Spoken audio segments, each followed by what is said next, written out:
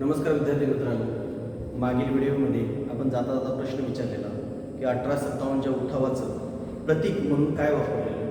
तर 1857च्या उठावाचं प्रतीक म्हणून कमळाचं फूल व भाकरीचा तुकडा हे वापरण्यात आलेलं खूप वेळेवर प्रश्न विचारलेला आहे, तर ते नमूद करा. तसंच जाता जाता आपण 1857च्या उठावाचे ठिकाण आणि त्या ठिकाणी केलेले नेतृत्व आणि तो उठाव कोणी मोडीत काढला याविषयी आपण माहिती घेणार आहोत. तर सर्वप्रथम आपण पाहूया कानपूर येथे 1857च्या उठावाचं नेतृत्व कोणी केलं. तर कानपूर येथे 1857च्या उठावाचं नेतृत्व नानासाहेब पेशवे यांनी केलं.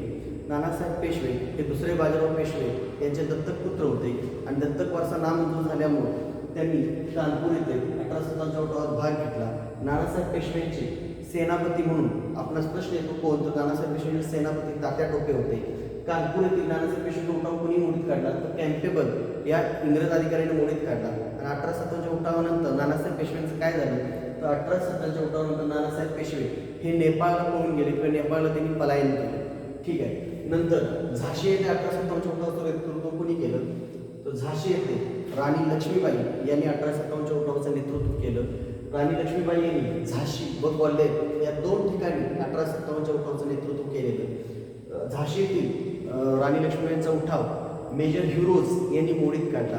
नंतर आपल्याला प्रश्न विचारला जातो दिल्ली येथे 1857च्या उठावाचं नेतृत्व कोणी केलं, तर दिल्ली 11 मे 1857ला उठाव करताना ताब्यात घेतल्यानंतर दिल्लीचा बादशाह म्हणून बहादूरशाह जफर यांना घोषित केलेलं आणि म्हणून दिल्लीचं नेतृत्व बहादूरशाह जफर यांनी केलं. बहादूरशाह जफर यांच्या सेनापतींचं नाव बख्त खान होतं, हे आपल्याला नेहमी विचारलं जातं. आणि दिल्लीचा उठाव मोडीत कोणी काढला, तर निकोलसन व हाडसन यांनी मोडीत काढला.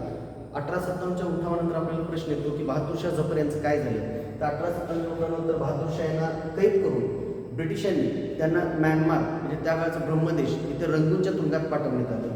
नंतर आपल्याला प्रश्न येतो लखनौ येथे 1857च्या उठावाचं नेतृत्व कोणी केलं, तर लखनौ येथे 1857च्या उठावाचं नेतृत्व बेगम हजरत महल यांनी केलं. आणि लखनौ येथील उठाव कोणी मोडीत काढला, तर औक्रम व हॅवलॉक यांनी मोडीत काढला.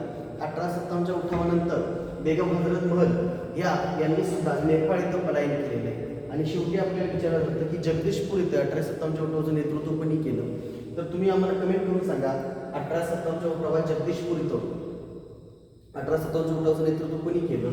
हा उठाव कर्नल लील यांनी मोडीत काढलेला. तर जगदीशपूर येथील 1857च्या उठावाचं नेतृत्व कोणी केलं हे तुम्ही आम्हाला कमेंट करून सांगा. आमच्या चॅनलला लाईक करा, सबस्क्राईब करा. ठीक आहे मित्रांनो, व्हिडिओ पुढील